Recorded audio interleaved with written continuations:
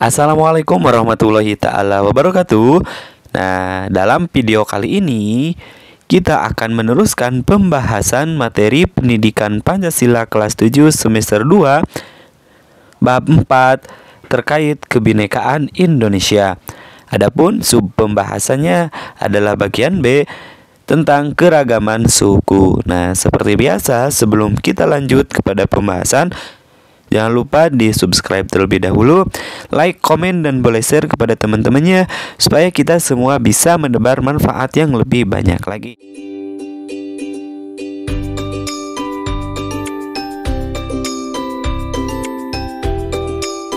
Bapak mengingatkan kembali peta konsep di bab 4 ini, yaitu ada 6 ya, ada 6 pembahasan. Yang pertama adalah keragaman gender, sudah Bapak bahas pada video sebelumnya. Yang kedua adalah keragaman suku. Yang ketiga keragaman budaya. Yang keempat keragaman agama. Kelima keragaman ras dan antar golongan. Serta yang terakhir adalah menjaga nilai penting kebinekaan. Adapun keragaman gender sudah dibahas pada video sebelumnya. Nah, dalam video kali ini kita fokuskan pembahasannya terkait dengan keragaman suku. Tujuan pembelajaran. Adapun tujuan pembelajarannya, peserta didik itu diharapkan mampu menghargai dan menjelaskan keragaman suku yang ada di Indonesia. Nah, keragaman suku, tahukah kalian berapa banyak suku bangsa di Indonesia? Berdasarkan survei tahun 2010 Badan Pusat Statistik BPS menyebut bahwa di Indonesia terdapat sebanyak 1.340 suku. Jika dipandang dari bahasa serta kebudayaan, setidaknya terdapat sekurang-kurangnya 300 suku bangsa di Indonesia. Nah, apa sih yang dimaksud dengan suku? Suku adalah masyarakat yang memiliki budaya sendiri, berbeda dengan masyarakat lainnya. Budaya yang memberdayakan satu suku dengan suku lainnya adalah bahasa, adat istiadat, hingga kebiasaan. Indonesia juga merupakan salah satu bangsa yang paling banyak sukunya di dunia. Namun, suku-suku yang berbineka atau beragam ini menjadi satu kesatuan antara lain dengan berbahasa yang sama, yaitu bahasa Indonesia. Suku yang pertama adalah suku Papua dan Maluku. Wilayah Papua dan Maluku memiliki jumlah suku bangsa paling banyak, terutama di kawasan Papua yang bergunung-gunung dengan medan yang sulit hingga masyarakatnya terpisah satu sama lainnya. Ada ratusan suku di daerah ini. Suku terbesarnya adalah suku Asmat, Dani, Mi hingga Arfak.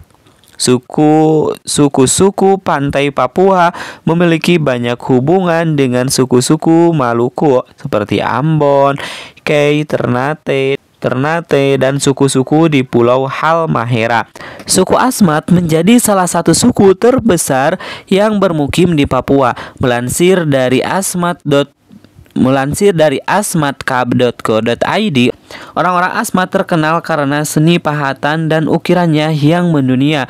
Berbeda dengan suku-suku di pedalaman Papua lainnya, orang Asmat mengkonsumsi sagu sebagai makanan utama. Selain itu, asal-usul orang Asmat juga memiliki cerita yang unik dan lekat dengan seni pahat dan ukirnya.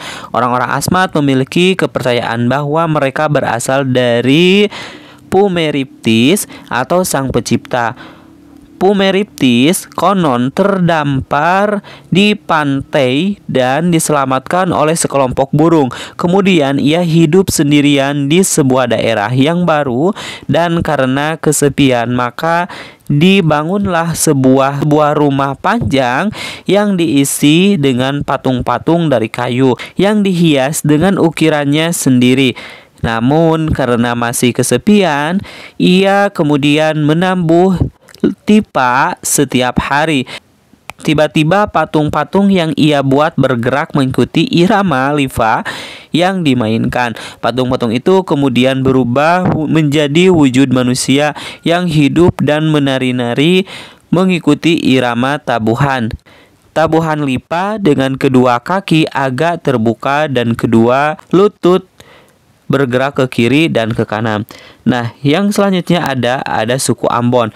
Suku Ambon adalah suku terbesar di Maluku yang banyak mendiami wilayah Ambon, Saparua, Selat Barat, Nusa Laut, dan Haruku.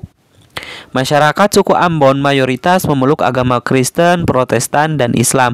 Dalam kesehariannya mereka berkomunikasi dengan sesamanya menggunakan bahasa Ambon. Yang kedua, suku Bali dan Nusa Tenggara. Ada 3 kelompok utama suku di kawasan ini. Di daerah paling barat ada suku Bali yang tinggal di Pulau Bali dan Pulau Lombok. Lalu suku Sasak yang menjadi suku utama di Pulau Lombok. Di Pulau Sumbawa ada suku Bima dan Sumbawa. Sedangkan di wilayah timur Nusa Tenggara terdapat puluhan suku. Suku utama di daerah ini adalah Timor, Alor, Sumba, serta suku-suku di Flores seperti Ende, Bajawa, hingga Manggarai. Terdapat pula suku yang berumah di atas laut, yakni suku Bajo di daerah Komodo. Yang ketiga, Sulawesi, suku Sulawesi. Suku Laut Bajo juga ada di daerah Sulawesi, di wilayah selatan, Tenggara Tengah, hingga utara. Namun, suku-suku utama di daerah ini adalah Bugis, Makassar, serta Minahasa. Terdapat pula puluhan suku lain di Sulawesi seperti Tolaki, Buton, Mandar, Toraja, Kaili, Gorontalo, hingga Sangir. Nah, suku Makassar. Suku Makassar sebagai suku terbesar di Sulawesi Selatan menyimpang sejarah yang sangat panjang.